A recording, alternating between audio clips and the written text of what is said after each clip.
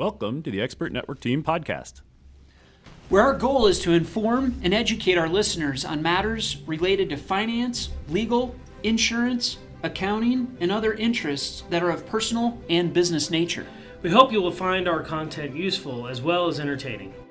The Expert Network Team consists of Carl Frank of A&I Financial, Mike Miller of Miller and Associates CPAs, Jeff Cromendike of Security First Insurance Agency, and I'm Nathan Merrill. I'm an attorney at Goodspeed and Merrill.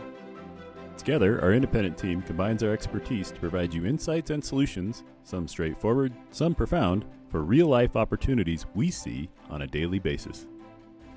We hope you enjoy the information contained in today's podcast and find it useful. If you'd like to learn more or desire to meet with any of the Expert Network team members in person, you can contact us at info@expertnetworkteam.com. That's info@expertnetworkteam.com. We encourage you to take advantage of a free consultation with any of our team members. Just mention this podcast when you schedule your appointment. Now on to today's podcast.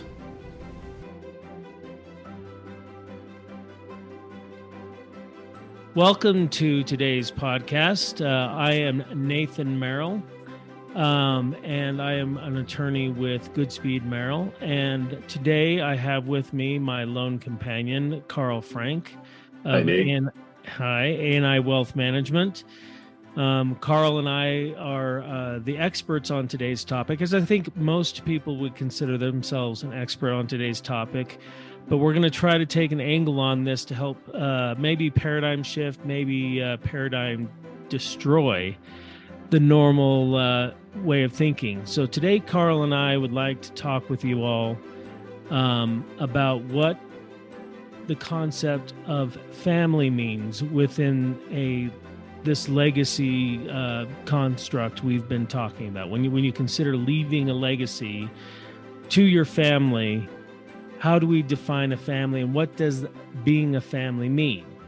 Oh, Nate, it's a powerful concept. I don't know that anybody isn't an expert if they're a part of a family. We've all got our own experiences we're going to bring into this topic, but certainly you and I, in our preliminary conversations have done some, brought up some disturbing thoughts, some thoughts that just kind of get us to think again. And so our hope today is that everybody comes out of here with a little bit more food to chew on and thoughts to talk about with their loved ones about what the family means to them and what they want to, what the impact is that they want to make in their own lives. And, we live in a time, we're talking right now in a world that's dramatically changing. I feel a little bit like in America, we're pushing the boundaries of what normalcy is.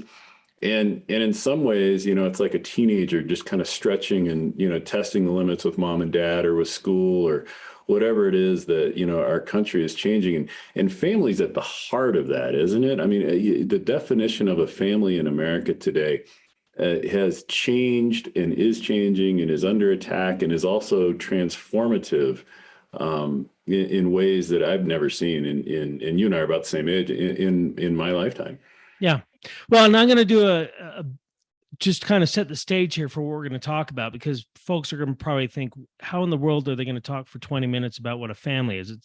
So a fast rewind to maybe a quick biology lesson in terms of what we all grew up with, because this just truly does impact how we view the world. But a family is obviously or historically been considered mother, father, children, grandparents, grandchildren. It's the genealogical tree that binds us all together. It's blood relationship. That is generally, I think, the oft understood or considered meaning of a family. But the primary linkage there is one of really just bloodline, genealogical ties. You may not have anything in common with these people other than you were born into that group. You may not like them. Or you may love them. I mean, it runs the gamut. But the only true or primary connector of that group is DNA. And I'm not saying that's inconsequential, but that is and you grow up in the same house. I mean, all these other factors come into play.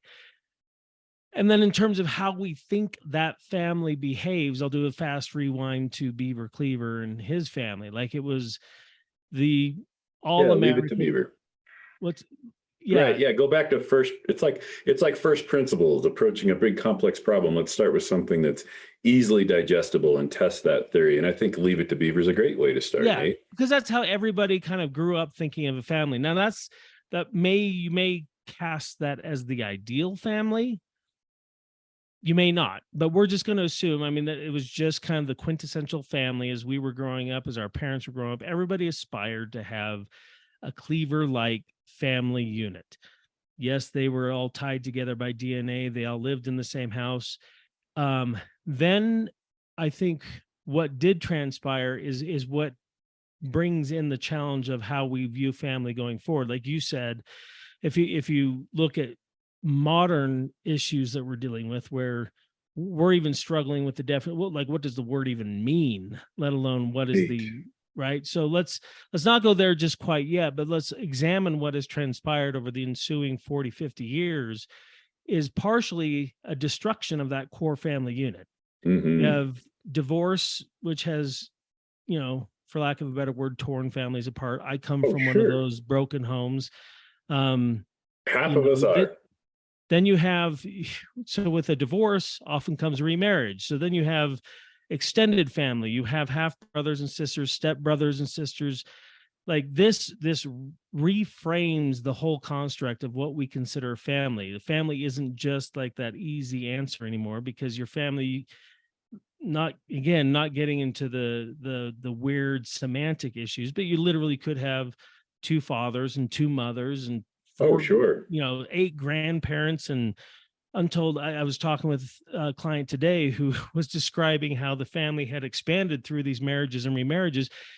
But the question I would pose, and maybe you can talk a little bit about this, does that, even though it's a family in that relation construct, is that the family people think about when they think of leaving a legacy or having a family legacy? That's just the relational component.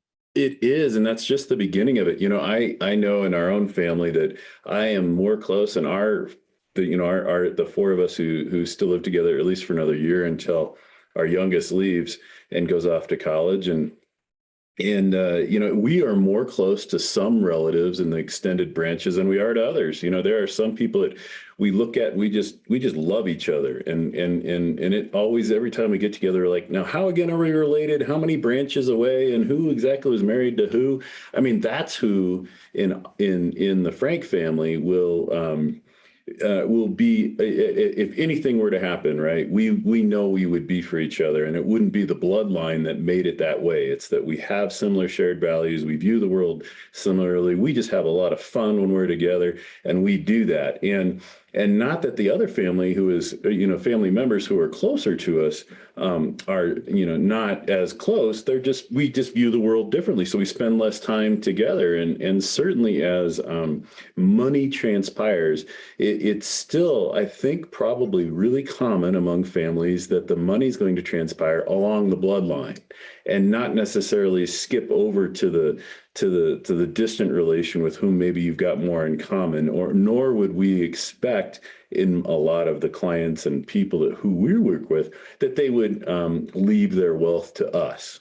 Right. Now, but one of the things that happens, I think, in these situations, and this is a great true story from one of my dear friends, is that they expect to inherit a gun and it's a special gun. It came from a very long time ago. It's got particular value and the relationship between these two people, this inheritance leaps a lot of branches of the family. They're not even sure if they're really biologically related, but because the two really appreciate the value and the history behind this particular artifact, and there probably is a huge financial value attached to this thing, to the right museum or whatever, that is a way that the legal work and the financial work come together in a surprising manner that is really important for that particular family, that defines family in a very different way. Yeah. And two, I think, very important things that you kind of hit on there that I want to unpack a little is this construct. Jay Hughes, in his many books, refers to the distinction between a relational family or bloodline family and a family of affinity. The affinity being those to whom you are drawn and relate and are invested in in an emotional sense and not just a biological sense. And the family of affinity. So that's an important thing to recognize, is that perhaps what is more important in defining a family is not necessarily the bloodline, but is one of, does our family have affinity? Do we have affinity towards each other? And can we keep that affinity going generationally? There's the key question, right? I was talking with another one of our wonderful financial planners here this morning, and he said, Carl, every person I talk to of a certain financial wealth level, and he was talking to another person who is dealing with a particular church and donations to the church. And that person was telling him, the biggest donors all have a similar set of issues. And it's around what you just said, Nate. It says, how do I hold my family together? How do I get closer to my family members who I love dearly, but we've grown apart from each other? It's right then and there that once the money is outside of the issue, once those financial concerns are no longer a concern, the family comes to the forefront. And maybe it was there all along. Yeah. Well, and then that leads to the second point you made there, which is the assumption or the presumption that wealth is principally transferred among biological family and not necessarily family of affinity. Now, again, we'd normally prefer alignment. You'd normally want your family of affinity to be the biological family, the DNA family. But when you consider what kind of legacy or impact you want your wealth to have, this is the question I'd throw out there again for discussion: is what should be more important a consideration, biological relation or affinity? Yeah, and who is in that affinity network, right? It would be a little bit strange, I think, for me to be the rich uncle or to expect the rich uncle who maybe we're really close and we see the world the same way, and whatever the bond is, maybe we both root for the Denver Nuggets. Haha, Jazz fan. I'm so sorry. Had to throw that in, Nate. It's no, congratulations, Nuggets. Whoop whoop. 50 years of suffering, we finally have a win. But whatever it is, it'd be really weird, wouldn't it, to just all of a sudden expect an inheritance from some wealthy person who's not biologically related to me, or for me to disinherit one of my blood kids and give that to somebody who is a Nuggets fan that isn't biologically related. That doesn't seem right. Well, yeah, I mean, I know you've kind of flippantly associated the Nuggets affinity as creating that affinity, but let's say that just to throwing out as an example, and I'm not advocating one or the other. I'm advocating discussion on this topic, obviously. But what if you have a direct descendant that is a complete disappointment, a ne'er-do-well? I'll use John Adams as an example. One of his children was an absolute ne'er-do-well, a drunkard, abandoned his family, all that sort of stuff. Should there be an expectation, an entitlement, as it were, that even though that individual, his own blood and child, abandoned every principle that John Adams stood for, does he get access to that legacy just by virtue of being related? I mean, is that going to be our base framework for how we decide how to leave our assets behind? Or should he identify those who will carry forward the things that he fought and believed in and foster that? This really does transition to how we define family, how we define those we care about, those we have affinity for, in terms of impact and creating that legacy. Because if we leave our wealth, which is simply a medium of exchange, to someone who has nothing to do with the values and the things we embrace and the things we want to see that wealth do, if we leave it to them, we can expect that. We will not expect those things we hold dear and true to be carried forward. It will be the things that they hold dear and true, which we may or may not agree with, right?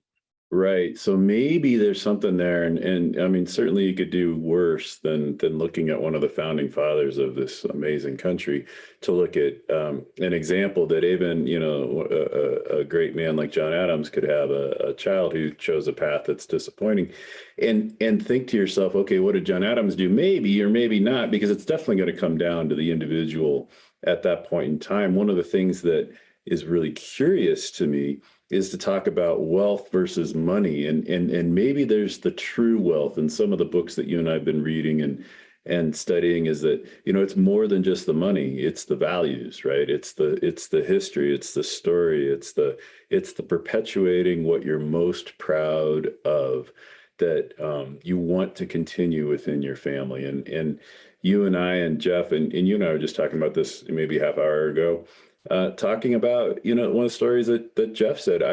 Jeff, our great partner, Jeff Cromendike at One Digital, says, I would never want to disapprove. I would never want to take out of my life the biggest challenges that I've had. They're what helped me appreciate everything else in my life. And if I were to just leave a massive amount of money to my children without the values and the stories and the history behind it, I could ruin them.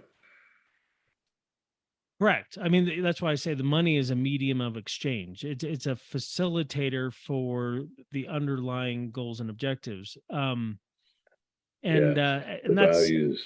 yeah. So one of the things is to work more intentionally. I mean, there's the work we do to accumulate the wealth that we do, especially as business owners. We spend probably more of our lives focused on our businesses and Yes. everything that requires of us than we do in transmitting some of these more durable principles of how do we truly convey to our posterity, whether it's the immediate generation, the children or the grandchildren, how do we convey to them, how do we instill in them the principles from which It you refer to either the social capital or the human capital. How do we help them become the legacy as opposed to inherit the legacy, right? Well, yeah, exactly. And we've got some great future speakers coming up that you and I've got on the calendar, and they're going to have manners and systems and conversations and ways to help make that a little bit easier for our business owner clients. Because certainly what made the business owner successful is not necessarily the same set of skills and tools that's going to help the business owner make their children and grandchildren and their family of affinity successful. That the world has changed around us, and you think of the stoic father who won't help the kid up because he wants the kid to be tough, and the kid's got a skinned knee or whatever, and maybe that was the right decision at the time, or maybe it wasn't. Maybe this is not the skinned knee situation that some of these next generation people need. In our own world, it's a business conversation that we've had on other podcasts, you and I and Jeff and Mike and others, quite frankly, where you think about how do you get the next generation of your business to succeed. It requires a different set of skills from the business owner than what made the business owner successful. Boy, it's even more important and more stressful. And sometimes you just want to throw your arms up in the air when you look at how do I help my kids who are completely different from each other and from me, or my grandkids, or whoever it is I want to inherit in my family. That can be a completely disabling type of a feeling, to think about how do I help them be their own best selves and still perpetuate what I find most valuable. Yeah. Well, and I think you alluded to this just a moment ago, is when you leave the money out of it, it changes the conversation, because you move from that idea that and we'll talk about this, I think, in a future podcast, is what impact the wealth is going to have versus what they want to contribute to the legacy. And maybe framing the question that way in discussion. I've had some recent discussions with my family, even down to my 12-year-olds, starting to have them view the world from what they intend to add to the legacy versus what they intend to receive. I love that. What can you add? Yeah, it's easy to say, well, do I get this? Do I get that? Are you going to break it up in equal shares? to rather focus on what is the potential for each of my beneficiaries, each of the people that are part of my quote unquote family, again, here using the construct of family loosely.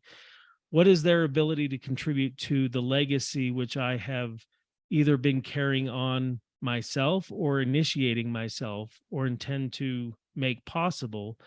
What is their contribution? And then you look at the wealth. How does the wealth support them in making that contribution? Exactly. Yeah. It So is powerful. it is not the legacy. The wealth is not the legacy. And I think that's what you were talking about when you say that the true legacy is how we perpetuate those values. And I love how you expressed it, that someone can carry on the legacy in a very different manner. In fact, sometimes a different skill set is essential to carry on the legacy, right? And exciting, right? I view it as, oh wow, that's something I never thought of before. If I had the power and the ability to have a conversation with an inheritor of some of the financial assets and ask them what is most important to them and have them put together a plan for how the money that maybe I created or helped custody during my life and it just safeguarded to give to them, and then to think about, wow, I had never thought about that. And that's certainly not what, I don't have the energy for whatever they're most passionate about, but I would love to see that come about in the world. That could be really exciting to me. That could be something that helps me get up in the morning and maybe take the extra steps necessary so that they understand what it means to have money. They understand what it means to shelter it, or that whatever the financial assets and other assets that they're going to inherit, the work that it takes to maintain those. Right. So if I was to sum up or kind of give takeaways from our conversation today in terms of what at least I think has impressed me in our conversation is the general construct of a family, just kind of reevaluating that. Is it more expansive than we think, or is it a little more narrow than we would normally think? Do we want to redefine who's within that family, meaning is bloodline going to be a defining factor, or are there other factors that come into play? I know some business partners that consider themselves functionally family, and they intend to build a legacy around their family of affinity that way. So number one is, how do you define your family? What does that mean to you? Secondarily is giving the money or the wealth factor a backseat to the conversation of what a legacy means, and specifically allowing those beneficiaries, allowing that legacy participant to define their contribution, not have it defined for them. And I think Sean Barbaras in our prior podcast talked a little bit about this, not being dictated to, but having them discover themselves, and then finding a way, lastly, for the wealth to facilitate that particular contribution. Very powerful stuff. Yeah, great summary, Nate. That's and there's so much more to be said about that. I'm really excited about the series of podcasts we're doing about legacy. This is so pertinent for our clients and our extended family of friends. Yep. Well, without, I guess, giving away too much from what we're going to be talking about going forward, I will express my gratitude, Carl, for you and the time you spend with me today to help us work through this topic, and look forward to carrying on the conversation. Gratitude is mutual, my friend. Create a beautiful day. Thank you. Thank you for joining us today. Hope you enjoyed the information we shared. If you enjoyed this podcast, please feel free to share it with someone else, and join us next time. If you want to meet with a member of the team, please contact us at info@expertnetworkteam.com. That's info@expertnetworkteam.com. If you have special topics you'd like to hear about, please reach out to us and let us know at the same email address. Again, that's info@expertnetworkteam.com. Thank you for joining us, and have a great day.